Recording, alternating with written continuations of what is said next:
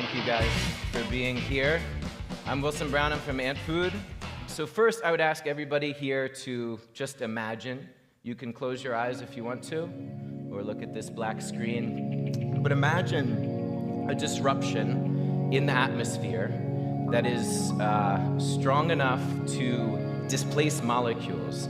And this reaction or vibration is so subtle we can't even perceive it, yet it's strong enough to traverse vast distances of space and even time. This can reach our eardrums, and the displaced molecules in the air push in and out, making a mechanical vibration in these tiny little bones inside of our ear that's converted to an electrical signal.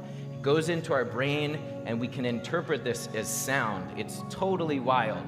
We go from the atmospheric to the acoustic, to the mechanical, to the electrical, to the neurological, and this is what we as humans consider the sense of hearing. But what we want to talk about today is the process isn't just about hearing.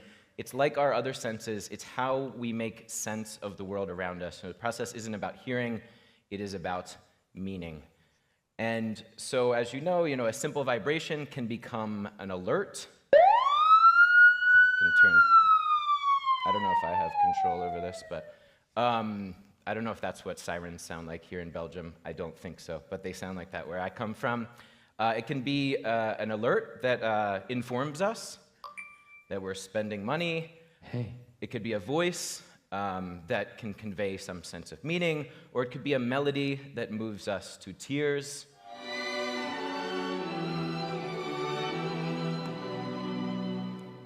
And we're going to do some audience participation. Is that okay with everybody today? I know it's a tough. You guys are up for it? We've got all kinds of questions. Anybody know what that piece is?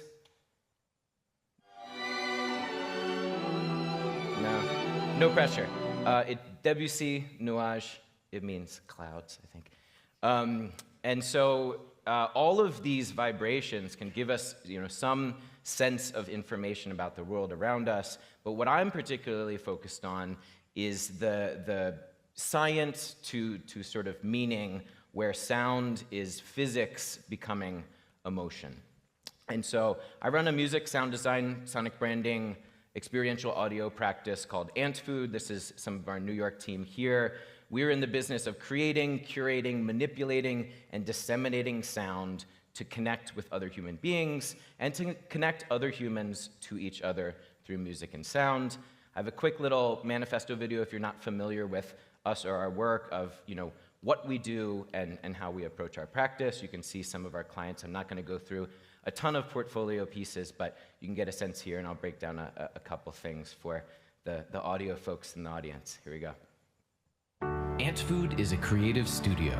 We compose music and sound that inspires magic and strategically solves problems. We have worked tirelessly to build a living, breathing machine where creativity flows effortlessly with systems and infrastructure to execute at scale. Our expert teams of creators, strategists, dreamers, and doers work from the foundational elements of audio, understanding the intricacies and impact of music and sound. We build tools from circuit to system. We develop software to push the boundaries of what is possible. And we understand how voltage, bits, and the density of air molecules can be manipulated to make us feel something meaningful. We work with our minds, our hands, and the most essential instruments, equipment, and techniques in the rich history of sound creation. Antfood composes award-winning music and delivers the gold standard in sound design. Through audio, we convey mood and message for film, television, experience, advertising, product, and brand. We're pioneering creative solutions for experiential media, from extended realities to large-scale installations. We're paving a path for generative composition, spatial sound, and intelligent musical environments that push new boundaries for media and entertainment. For sonic identity and branded audio systems, we apply the rigor of our proven methodology while leaving strategic openings for inspiration to strike. Offering brands vision, value, and results as their sonic identities extend out into the world. Our work conveys and elicits emotion while never losing sight of function. It's heard billions of times every day, touching humans through subtlety and impact. We are cooks, philosophers, artists, and pragmatists, and we make robots who can rap. We love what we do, and we bring this passion to every project. Antfood, the creative audio studio. Cool. Thank you. So quick overview of what we do. We'll get into some fun stuff. I'm based in New York. New York and São Paulo are our larger studios. We have a small team in Amsterdam and in Los Angeles as well. We do a lot of work in the commercial space. This is a recent thing we did for a sort of sporting goods outfitter called Dick's Sporting Goods. A lot of famous people in here for us Americans: Tom Brady, Speed, Travis Hunter, Suni Lee, gymnast. And what we're here for is people like Swanky Sand Gaming, who said, yeah, I can't lie, this is probably the best commercial I've ever seen. Dick's is the GOAT. It's not the best commercial, but we appreciate Swanky Sand Gaming. On the flip side of things, we've done some other work that didn't go as well. On the internet, this is probably 10 years ago, we worked on a gum commercial, or a minty gum commercial, and got feedback such as, I'll never buy icebreakers again. Anyone working in the commercial space, this is like the goal, right? When you advertise a product and get this kind of feedback. Only a deaf or sociopathic marketer would come up with this to advertise a mint. And then my favorite, trigger warning here, but Tokes Maganja, I fucking hate your company and the people who made this shit. Who the fuck makes a commercial about gum smacking? Everyone fucking hates that sound. Fucking cunts. So we've really done it all. We do a lot of other stuff. Just kind of a quick foray. We made the sounds, built an AI-based system on IBM data and every point of the last 5 years of the US Open to build an intelligent system that would make fake crowds for that summer where there were no fans in the audience. Last year we built what we affectionately called JPT Balvin, which was a voice model and text model of J Balvin. You could speak to him in Spanish and English. It was super fun. It was for Balvin, Verizon, and the Super Bowl, the penultimate one. We've done all the sound for 30,000 square feet of galleries at the Empire State Building, many other built environments and museums. We do a lot of sonic branding work. This IBM piece here was sort of a little Easter egg that it's based on the idea of punch cards, that were the original sort of data or program, cards before we had, I guess, tape maybe even and discs. There's a lot of talk about, we've done all the Netflix work that you hear. It apparently plays 1 billion times a day for anything of the to-doom since 2020. We've done, there are 40 different assets that show up differently, but hopefully it all comes across as Netflix. Here's a little BTS of one of our composers, Rory, showing the different layers of cello that go into the streams, where the sort of color bars come in and out of Netflix. These are some of the layers of that.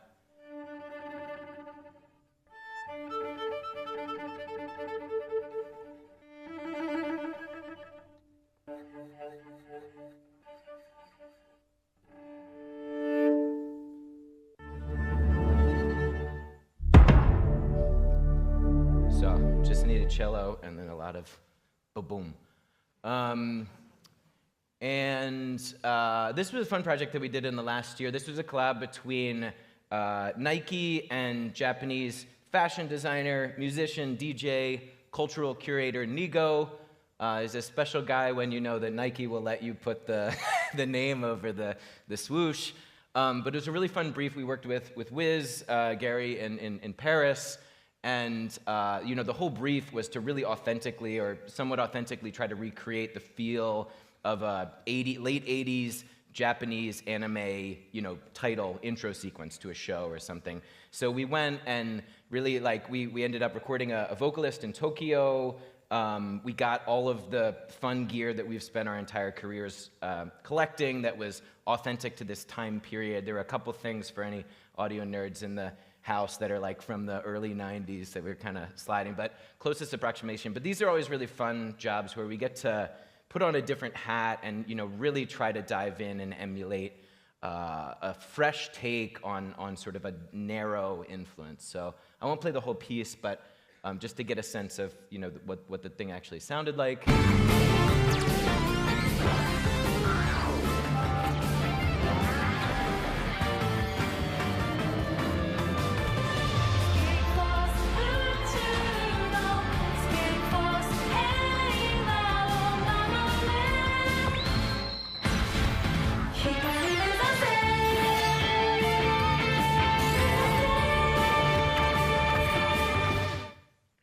It was pretty fun. We rarely get briefs where we get to really shred on guitars. So, and here's a little breakdown that we did just for socials, but I think these are fun ways that we like to show what are all the pieces that go into a production like this.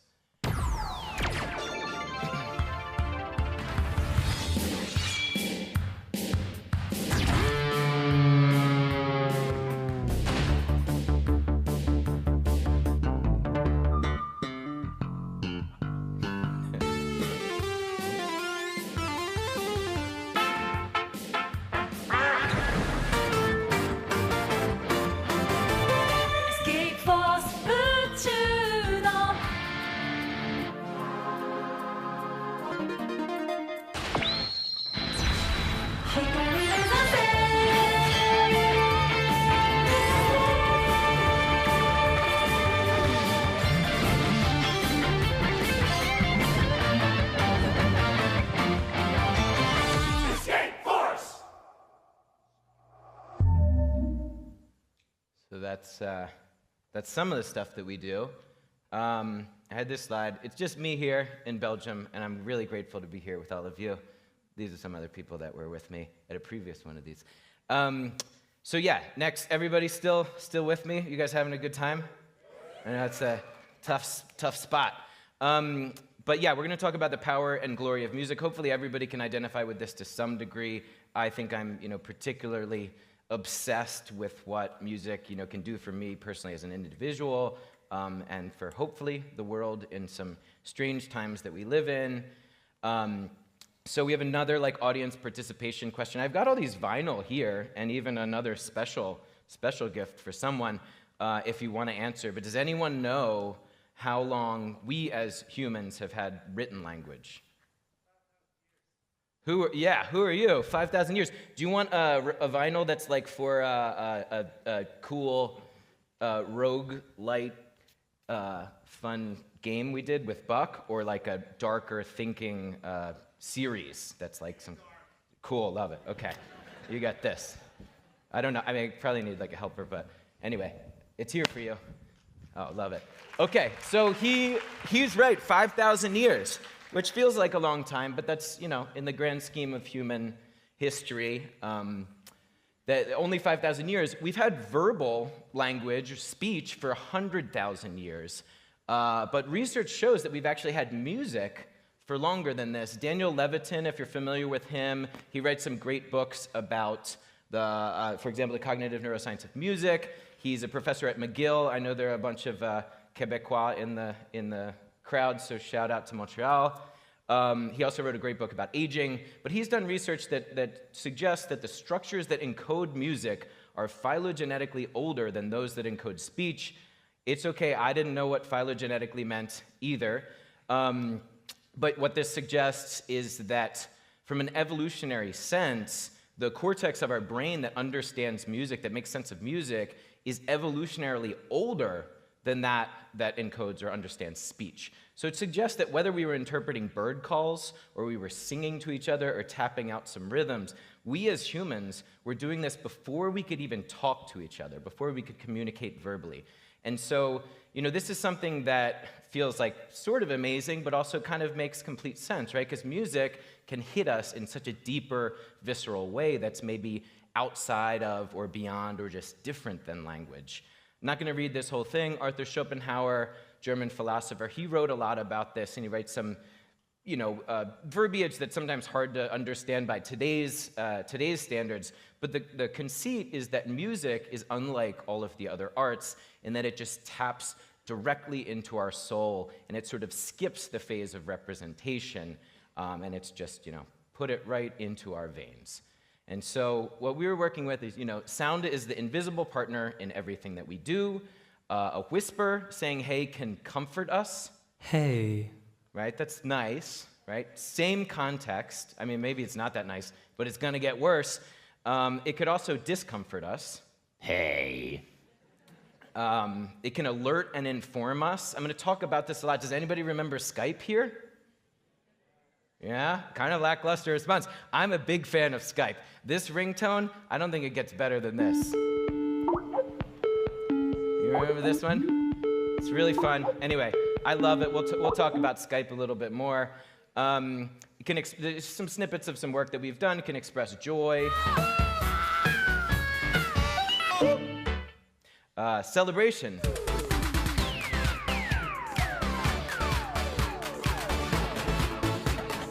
It can convey a rising tension. This is a piece we did for the San Francisco MoMA with Paige Beckers.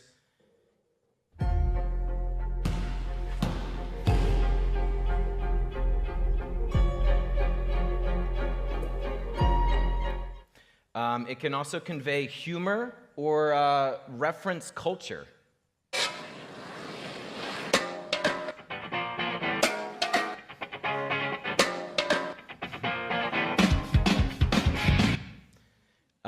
And it can, convey a threat or fear or apprehension. This is a piece we did for the magician David Blaine. I got to go to Christopher Walken's house in Connecticut and record him in his natural environment. It was a special piece, but, we can use this blend of music and sound design in novel ways, as well as referencing other, work or aspects of largely cinema to convey this sense of fear or a threat. He would dazzle us.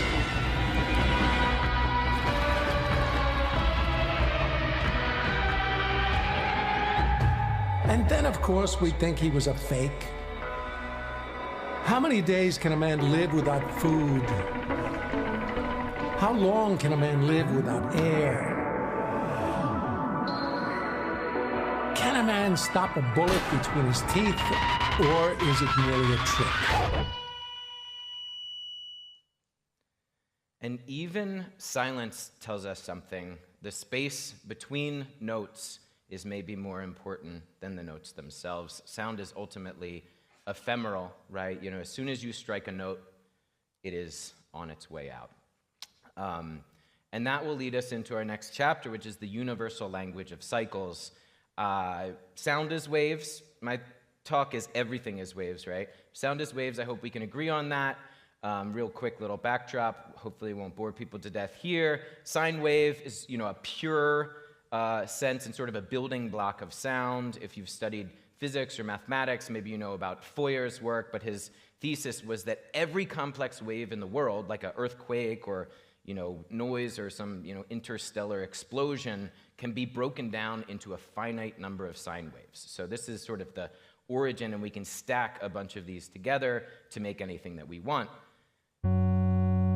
So loosely a sine wave, but we can stack multiple sine waves on top of each other to get a more harmonically rich sound. And so that's working, sort of in terms of additive layers, but then we can work in the temporal direction, right? So we could have a repeating note. So imagine the second hand on the clock. Every time we get a new tick, we trigger a new note. We can take a number of those together and start to create recurring notes, and maybe the clocks are moving at different speeds, or the dial is shorter or longer in circumference, so we can start to get some semblance of rhythm. And then, from there, we can start to create these recurring motifs where we have these patterns that we can, recognize, repeat, invert, and start to play with. And these are the building blocks of how music is made. I think that the Skype ringtone is an excellent example of these coming together, right? It's good, somebody maybe is calling you and you're getting excited about that. So sound is waves. I hope we can all agree on that, but maybe everything is waves, like everything in the world. Sine wave is a beautiful thing. We can start here, but there are other natural phenomena that, correspond to waves too. An easy one is to actually think about ocean waves, or expanding that and thinking about tides. We know they come in, they go out, and repeat, but tides actually are influenced by the gravitational pull of the moon, by other bodies of water, maybe by weather, and over time, they actually make a more complex wave than just a sine wave. So if we basically take a year's worth of tides and we put that on a very micro, sped up duration, we can get a sound that maybe starts as a sine wave and morphs into something that's a little bit more harmonically rich.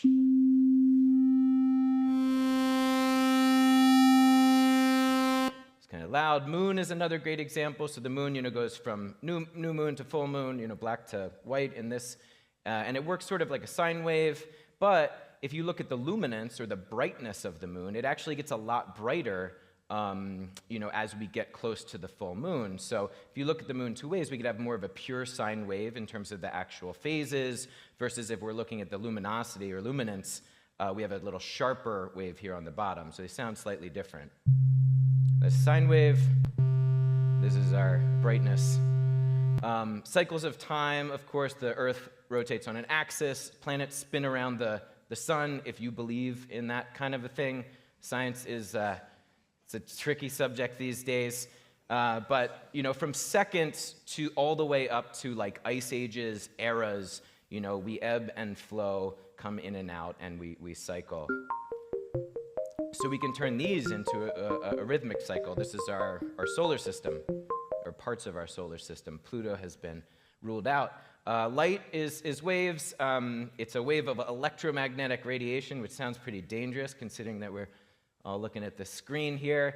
One thing I think is cool about the visual spectrum, it's much faster vibrations, 4 trillion times faster. But if we divide the lowest end red of our visible spectrum, things we can see, and violet on the higher end, we end up with about an octave, which is maybe it's just a weird coincidence I'm focused on this, but I think it's really fascinating that we have evolved to see about like the equivalent of a C to a C on a piano keyboard. That's the range that we can see. So if we divide the visual colors by 4 trillion, we get something that approximates a scale. And notice like cyan gets a little kind of weird sharp note, but outside of printing, maybe cyan's not a real color. And so if we had another red an octave above, we would keep going. Biological, physiological, heartbeats, walking, breathing, sleeping, circadian rhythms, menstrual cycles, hormonal cycles, childbirth. I gave this I was in Chicago and I was in a cab with someone who was like labor. Childbirth, labor is like craziest wave I've ever felt. We think of, generations and sort of passing of time. For me personally, my first kid, my daughter, was born like 30 minutes before my grandfather died, and that's probably just a coincidence, but it's a really, poignant reminder that we're always just sort of coming and going on these waves. Society and politics, these are some kind of fun ones to think about. The archetypal rise and decline of an empire. We can guess where the United States may be on this one, and Europe may be on this one. This is like a homework assignment. You can plot your own place on this afterwards. Society and politics, this is another good one too. In America, we're saying like, oh, it's an oligarchy now, but if you subscribe to this chart, we have aristocracy, oligarchy, democracy. I think we agree that we had that. And then you actually get to demagogy, and after that comes ochlocracy, which is rule by mobs. So this is stuff to look forward to. But this is what it sounds like.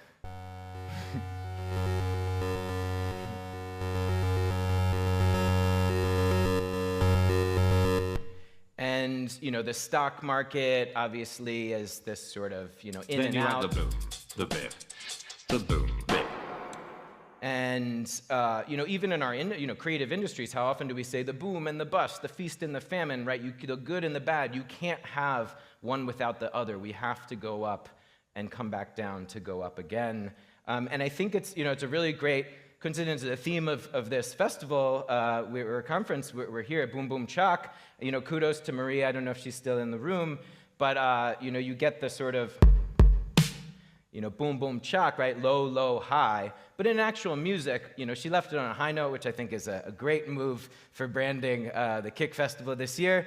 but ultimately we need to come back down to make sense. If you go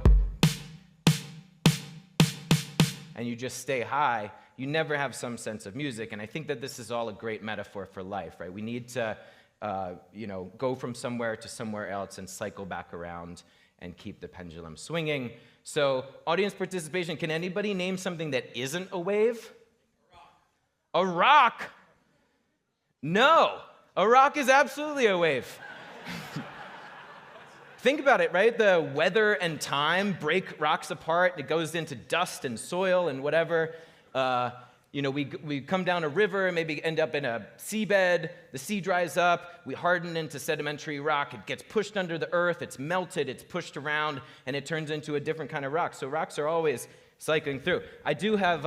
If this is Martin, I've got a hockey. I know you're from Prague, so I got a hockey jersey from my native city. Good design. I don't know who's here, but you can have that. And anyone else who yelled something out, so you can have a record. And if you don't like hockey, you can give it to someone else in the Czech Republic. So yeah, rocks are waves, and I love this personally. You can see time in this metamorphic rock, right? It just exists on such a different scale and duration than we're aware of as humans, or that we'll ever get to experience. This is millions of years. But even if you look here in this metamorphic rock, you can see things that look like audio waves. So we could kind of zoom in on that section up there, and we can turn that into a wave in the audio spectrum.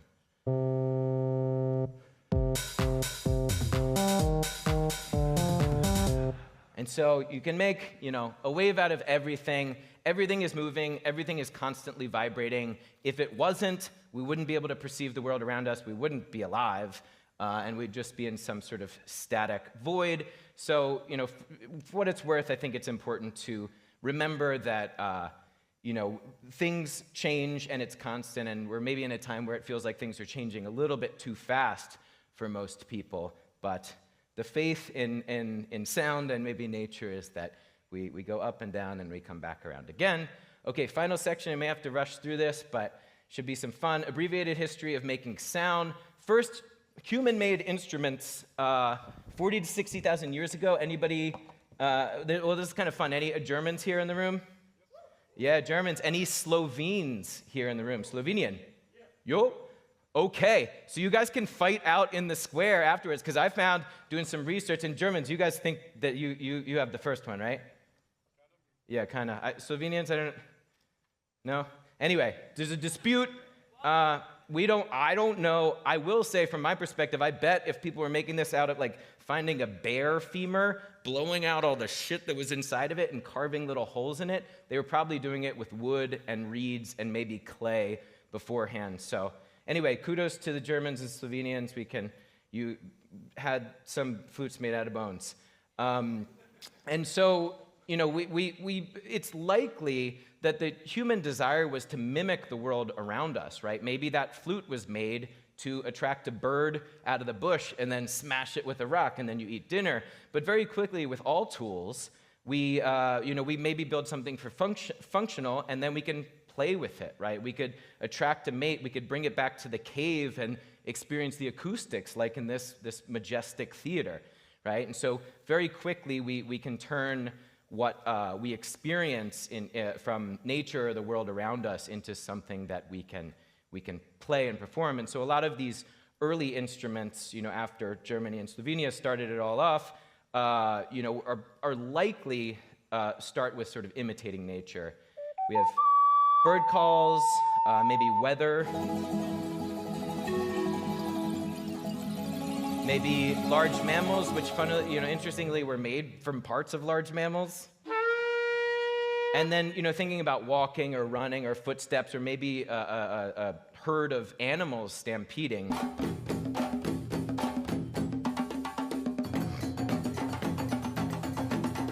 And then, so getting into more modern history, we have a variety of phases. This is when we get to the moment that's either a blessing or a burden, that we figured out how to domesticate crops and animals, and we start living in, maybe towns, villages. We're not hunting the woolly mammoth all the time.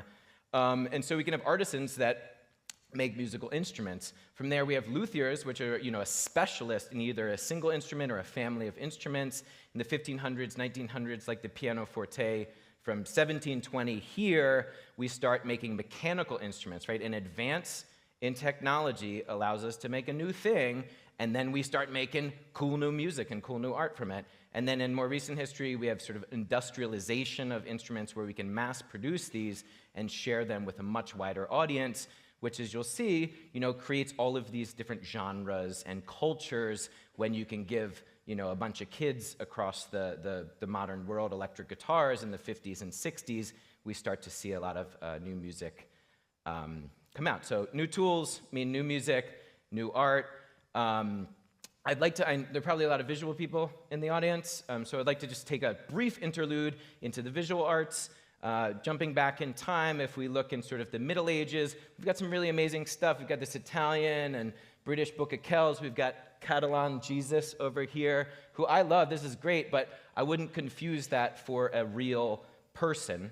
We get to the Renaissance, and we got some gold leaf. This is Siena, and there's some Bohemia here as well. We're getting better, but again, we're not really representing humans that well. This one I love, the Virgin and Baby Jesus. You guys wouldn't know this. This is like true, but I'm not going to claim I know what Baby Jesus, if he existed, looked like. But this guy looks like my accountant, Chuck, who's 50. Really, he really does. He's a great accountant. And so, I thought I had to throw in this slide. I know that I've heard a lot about the Wallonia and the Flanders beef, but hopefully we can all get behind the Belgian or the Flemish greats. But you can even see Peter Bruegel the Elder, older, going into Van Dyck, Paul Rubens. We're getting better. We're getting closer to what we would imagine humans look like. And by the time we're in the 19th century, we have some really beautiful oil painting that is sort of approximating a real representation of the human. But what happens then? Photography happens, right? So if we subscribe to this idea that we're on the pursuit of an accurate representation of a human, we've made a technology that does that in a number of fewer steps. And so what happens with painting? We immediately take a wide left turn, right turn, and go in all these other directions. Georges Seurat, pointillism, we've got Impressionism, Picasso down in the corner, and by the 1950s, what was previously, 100 years before, a pursuit for an accurate representation of the human form, we've gone into admiring, full abstraction. So back to audio, I'd like to talk about Thomas Edison. He was a great inventor. He was a great salesman. And I know maybe there's some students or people here looking for advice. Hopefully some of this is useful. But one thing is that Thomas Edison was a great salesperson. He would go around, and he had made the first recording device. This is the wax cylinder. And he would rent out theaters such as this around the United States and Western Europe. And he would stage an experiment where he would close the curtain, and he would hire a diva, an opera singer, female opera singer. And she would sing an aria that would sound like this, maybe. But it would sound better than this, right? Because there'd be a real human in this space that is built for her voice. And then he would play his wax cylinder that would sound like this. I actually had the pleasure to go to the Smithsonian in Washington, D.C. recently and listen to a real Edison wax cylinder. We created this in the studio, and it was worse than this. No joke, it was worse than this.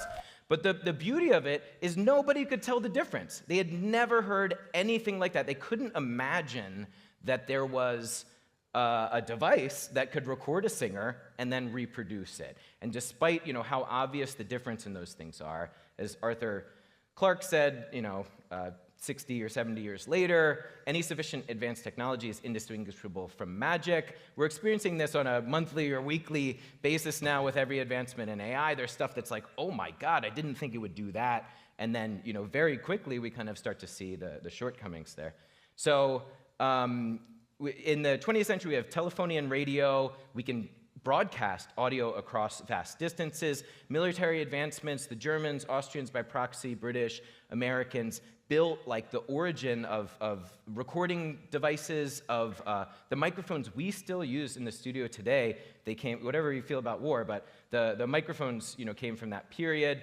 That led to this electric moment where we had guitars and amps and organs, and kids could just start making music, and built what we know of as rock and the diaspora of that now. We got a little spring reverb there. Bob Moog, 1969, a modular Moog synthesizer behind him. The Model D is in front of him here. Is sort of the birth of electronic music. We all know what that became. Golden age of music. Oh, this is Wendy Carlos, American. And to start to build these sounds, you have to start with something pretty simple. She is an American legend. Talking about waves, but I'm gonna skip through it because I'm running out of time. Golden age of recording, all of these great records that we love, the industry, the music was behind it, the culture, it sort of defines culture, and we have all of this great stuff. And then in 1994, a software called Pro Tools is invented. It's sort of, industry standard. I know a lot of people hate Pro Tools. I have Ableton up here now, but whatever, it's important. And in 1994, but it was terrible. It was 2 channels, and the converters, which turns this sort of, analog or voltage or the acoustic world into ones and zeros digitally, just sounded really shitty. So it took another 5 years to make the first big pop hit that was recorded entirely on Pro Tools. Anybody know what that one is? You don't have to get it right. I'll give you a record if you just try. What was that? No, it's Ricky Martin. And so, it sounds pretty good. All right, so jumping ahead, like where we are now, generative AI music. I'm gonna shit on this, but I want to be clear, like we're dabbling and we love this, so this is just for fun. But I think it's a good proxy of like if you do a Google search for something, it can show you how cool it is, right? Like I didn't know, I've never been here before, and I looked up, where am I speaking? And I found this. It's amazing, right? I'm like, this looks cool. It's a beautiful building from the outside. Oh my God, look at the inside. When I look up generative AI music, this is the stuff I get. Like this doesn't, I get it's just sort of AI slap. That makes sense that what you type in the prompt and that's what you get. But this doesn't feel like a tool that I'm, excited to go out and use more of. This one I thought was kind of interesting. It's a little like ghost, pottery romance kind of vibe going. And then this one, I don't know how everybody else feels. I was like, this is so fucking stupid. I'm gonna get the full res one and put it in this presentation. And the more and more I looked at it, I was like, this is actually, I kind of want to be at this guy's party later. So anyway, he's kind of cool. Suno, Mikey Schulman, hot takes. I think this is the problem with who is hawking this technology. Suno's one of the companies, and it's impressive. It's really nice technology. I don't know if Mikey's in the room. I would doubt it. But this is his hot take on why they exist. And this is a huge departure from how it is now. It's not really enjoyable to make music now. People enjoy. Why did you say that? It takes a lot of time. It takes a lot of practice. You need to get really good at an instrument or really good at a piece of production software. I think the majority of people don't enjoy the majority of the time they spend making music. So it's kind of rage. Again, he's selling a product, but Nietzsche, on the other hand, said without music, life would be a mistake. So I sided a little more with the mustache. Just, it's so easy. This is my son, the first time he ever found a trombone. What joy, He doesn't know how to play. He sounds terrible.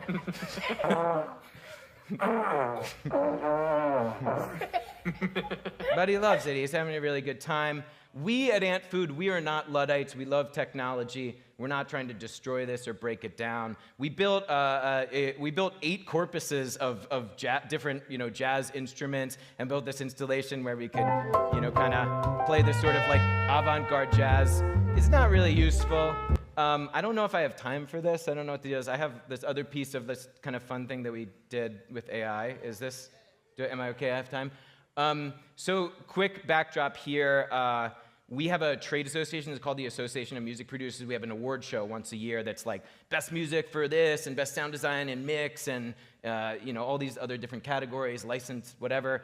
And this was like more than a year ago, a year and a half ago. So you can see the cool video back then. But we thought it would be fun because everybody in our industry is like freaking out about what's AI going to do. And so we thought it would be fun. They'd asked us to do the titles for it. We're not a visual company, right? We're a music company. To make a short little film that's the premise is this award show that we're all sitting down for in a nice theater like this has been canceled, and it's been replaced with a new award show that is just awarding non-human created content from the robots. Here we go.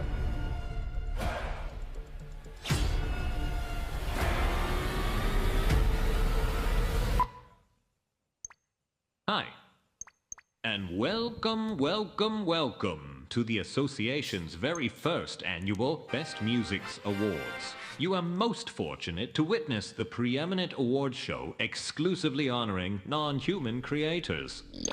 But first, let's cut to the real heroes of tonight, our executive board, and congratulate them on a job well done. Ladies and gentlemen, we've done it. We've solved music. Yeah, we will never need songwriters, musicians, composers, producers, publishers, or master rights holders ever again.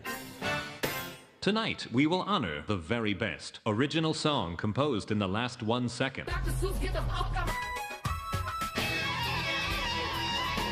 Haha, things have been great since I took over all the musics. The most songs per minute. Fastest voiceover, and everyone's favorite, celebrity duets. Yo, you believe that's ridiculous. And a Lifetime Achievement Award for me. And the most award categories, like Hottest New Time Signature, Best Startup Sound, Maximum Legal Claim, The Feature. We've got DJ sets from We've got so many awards. The award. Oh no. I am on fire. Goodbye. Yeah, thanks. It goes on. There's a whole second act. I'm not going to play it all for now, but we've all become the janitors who clean up after the robots, and then we get together and play actual music in the venue in Times Square where it is. But I'm over time, so I'll get this. We'll wrap this up. Thank you all for being here. In conclusion, sound is physics becoming emotion. Everything is waves, and we imitate the world around us with the tools that we have. So just like our ancient ancestors may have looked across the water, seen birds migrating, and found that bear femur or woolly mammoth tusk and made a flute out of it, we listen to the sounds and the world around us. And in my case, I'm really into this Skype ringtone.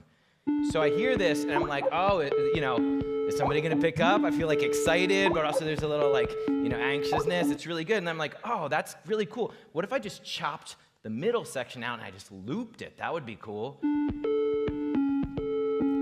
This feels good, right? And then all of a sudden, I can make like the most popular song of last year.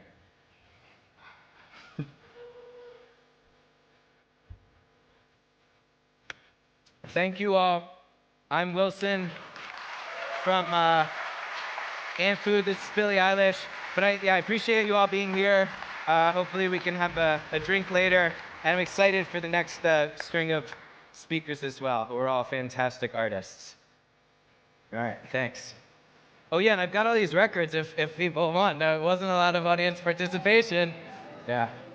I'm gonna nominate you to fairly distribute them amongst people. Yeah.